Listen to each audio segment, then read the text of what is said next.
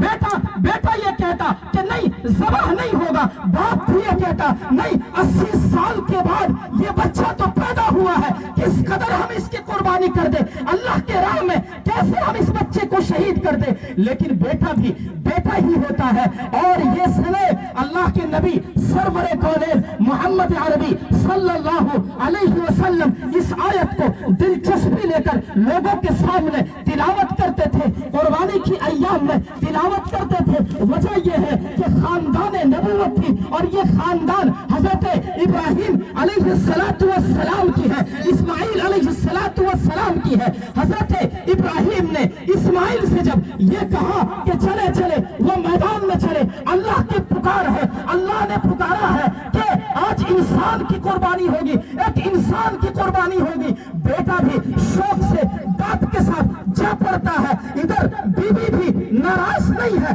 ایسے بھی نہیں ہے کہ نہیں باپ نے یہ کہہ دیا ہو کہ بیٹے کی قربانی ہوگی، بیوی نے اس طرح بھی نہیں کہا، بیوی نے کہا کہ لے جاؤ، جو اللہ کا حکم ہے اسی پر عمل ہوگا۔ میرے دوستوں اور بزرگوں، یہ تو نبوت کی بات تھی، یہ تو نبی والے بات تھی، یہ تو نبی کی بات تھی۔ حضرت ابراہیم جب لے کر گئے بچے کو، اپنے بچے کو لے کر گئے اس میدان کی طرف جہاں قربانی دینے کو اللہ نے پسند فرمایا ہے، ادھر اللہ بھی دیکھ رہا ہے، ادھر جبرائیل سے بھی کہہ رہے ہیں کہ جاؤ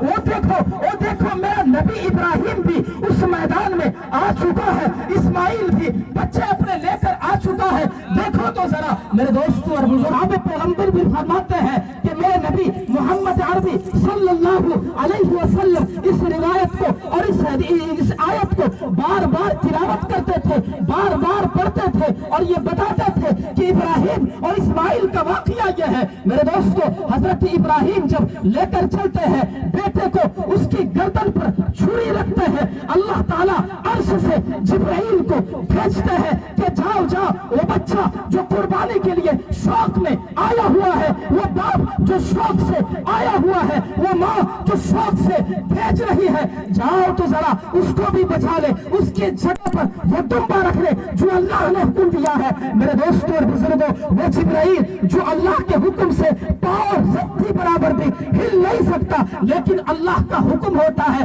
آسمان کا سینہ چیر کر آتا ہے اور یہ تکبیر کہتے ہوئے آتا ہے، اللہ اکبر اللہ اکبر لا الہ الا اللہ واللہ اکبر اللہ اکبر وللہ الحمد۔ میرے دوستوں اور بزرگوں، وہ ابراہیم جیسے ہی چھری چلاتا ہے، اللہ کے حکم سے اس بچے کے گردن پہ اس دمبے کو، اس جانور کو رکھ دیتا ہے، پھر اس جانور کی قربانی ہو جاتی ہے۔ میرے دوستوں اور بزرگوں، یہ کوئی معمولی بات نہیں ہے۔ آج ہم جانوروں کی قربانی دینے کے لیے پیچھے ہٹ رہے ہیں، آج ہم جانوروں کی قربانی دینے کے لیے کوسوں دور بھاگتے ہیں اور یہ کہہ دیتے ہیں ہمارے پاس پیسہ نہیں ہے، ہمارے پاس مال و دولت نہیں ہے، لیکن قربان جائیے پیغمبر ابراہیم علیہ السلام پر جو اپنے بیٹے کو ذبح کرنے کے لیے میدان میں کود پڑے، حضرت اسماعیل پر بھی قربان جائیے کہ باپ کا حکم ہے، اللہ کا حکم ہے، ان احکامات کو سننے کے لیے بےتاب تھے اور ان احکامات پر عمل کرنے کے لیے وہ میدان میں نکل پڑے، میدان میں دوڑ پڑے۔ میرے دوستوں اور بزرگوں، یہ بات تھی نبی کی، لیکن ہم انسان کو اللہ نے جانوروں کی قربانی کے لیے اللہ کے رسول نے فرمایا ہے۔